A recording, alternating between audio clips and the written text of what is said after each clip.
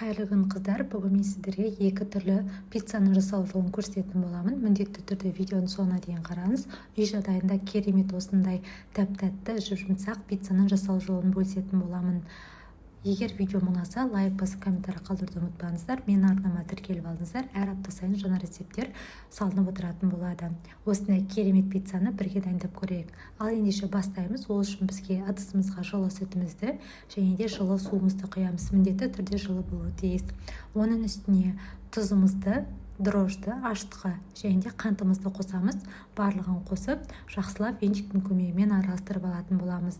Енді осыны араластырып алғаннан кейін бетін жауып 15 минутқа жылы жерге қойып қоямыз. Мен көбіне 15 минутқа әсел пешке салып аламын. Кішкене тұруы қажет.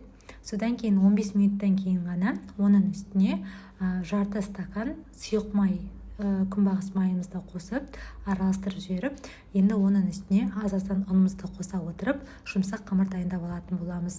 Қамырымыздың жұмсақ болуы үшін онда аздан қосып отырыңыздар. Бірден қосып қатты болып кетпеуі үшін осындай бөліктерге бөліп алдымен венчиктің көмегімен, содан кейін қолымыздың көмегімен аздап қолға жабысатын жұмсақ қамыр дайындап алатын боламыз. Осы рецептпен дайындап көріңіздер. Бір дайындасаңыздар, үнемі осы рецептпен дайындап отырасыздар. Қамыры өте керемет, жұмсақ болады, қатып қалмайтын болады.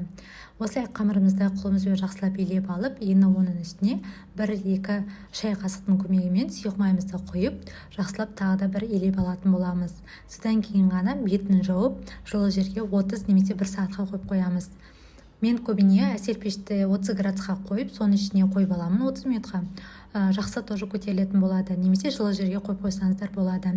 Міне біздің қамырымызды осылай дайындап, бетін жауып қойып қоятын боламыз. Біз қамырымыз дайын болғанша, оған дейін салмасын дайындай беретін боламыз. Салмасын өзіңіздің қалауыңыз бойынша әртүрлі қолдануға болады. Мен осылай фаршты дайындап, бөлек дайындап алдым. Тұзын приправасын қосып, аздап кішкене су құймай, солай майға қорған кезде өзінің суы шығып, күшті болып шықты. Осылай фаршымызды дайындаламыз, аздап қорып, сырды дайындаламыз, және де кез келген колбасаны дайындасаңыздар болады. Ал соусқа келетін болсаңыз, өзіңіздің қалауыңыз бойынша томат қосуға немесе кетчуп қосуға болады. Майонез бен кетчупты араластырып, оның үстіне және де осындай дайын тұрған орегано приправасын қосып жібердім. Осындай пиццаға неге қосуға күшті дайын түрі. Міндетті түрде қосып көріңіздер, дәмі деген керемет болып шығады. Осылай соусымызды дайындап алдық. Енді мен жарты сағатқа ғана қойып алдым. Сонда менде осындай көтерілді. 1 сағатқа қойсаңыздар үлкен болып шығады. Осы енді қамырды 2-ге бөліп алатын боламын. Тағы да 1 сағатқа қойсаңыздар толық көтерген кезде 4-ке бөліп 4 пицца дайындауға болады. Енді осы қамыр кішкене аздап қолға жабысады. Сондықтан да қолымызды бірінші майлап аламыз. Майлап оны бөлікке бөліп алатын боламыз.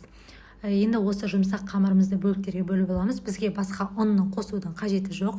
Тағы да айтамын, ешқандай ұн керек емес. Біз тек қана бұны мани кашаға, яғни мани группаға айналдырып жаятын боламыз. Мани группаны қосқан кезде жаңағы біздің пицца дайындайтын жерлердегі пиццалар сияқты болып керемет болып шығады. Сондықтан да осындай мани кашаны көп бөліктен осы шашып, осыған 2 жағын айналдыра отырып, аунатып, өзіңіздің кез келген 4 бұрыш немесе дөңгелек етіп форма жасап алатын боламыз. Осы 2 жағына толтырып маникашты жағып алсаңыздар, қолыңызға ешқандай жауыспайтын болады, және де кез келген формаға келтіруге ыңғайлы болатын болады.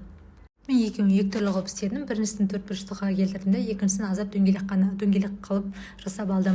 Осылай біз дайындап аламыз қамырымызды. Енді осы қамырымызды біз пергамент қағазына жайып алатын боламыз, немесе бірден пергамент қағазына да дайындап алуға болады. Оған дейін біз қамырын дайындап атқан кезде 180 градуста 20-15 минутқа аздап пешімізді қыздырып алатын боламыз. Енді осы қамырымызды пергамент қағазына салып, оның үстіне соусымызды жағып, бірінші осыны 20 минутқа біз қамырын соусты жаққаннан кейін 20 минутқа пісіріп алатын боламыз. 20 минуттан кейін пісіріп алғаннан кейін ғана салмасын саламыз. Сол кезде біздің арасы піспей қалмайды, керемет болып шығады. Осылай астыңғы бөлігіне сырды саламыз, үстіңгі бөлігіне колбаса, және де қайтадан сырды салып, тағы да 180 градусқа 10 минутқа артық ұстамаймыз, 10 минутқа пешке салып аламыз. Бұны пиццаның жұмсақ болу құпиясы, артық ұстаптың қажеті жоқ, қат кетуі мүмкін. Сондықтан да 30 минут толықтай, 30 минут жеткілікті. Яғни біз 10 минутқа осылай қойып алдық. Енді екінші пиццаны да дәл солай істейміз. Қамырымызды дайындап, соусымызды жағып 20 минутқа соуспен бірге пісіріп аламыз. Тағы да айтайын, салмасын салмай тұрып бірінші 20 минутқа қамырдың өзін пісіре аласыздар. Содан кейін ғана 20 минуттан кейін ғана біз барып кез келген салмамызды салып тағы да 10 минутқа қойып алатын боламыз. Сол кезде сіздердің пиццаларыңыз өте жұмсақ болып, керемет болып шығады. Осылай екінші түріне мен фаршты қолдандым. Сыр мен фаршты қосып, осылай 10 минутқа содан кейін салып алған болатынмын. Біздің пиццалар дайын. Осылай керемет болып тұрады. Міндетті түрде жасап көріңіздер, өкінбейсіздер. Егер де осы рецептпен жасап көрсеңіздер, төменгі комментарий бөлігіне өздеріңіздің пікірлеріңізді жаза кетсеңіздер болады. Қазақша каналды қазақ тілінде жүргізетін YouTube арнасында осындай қазақ каналдарын көп болғанын қаласаңыз, лайк басып, комментарий басуды ұмытпаңыздар. Сіздерге ас болсын, қош сау болыңыздар.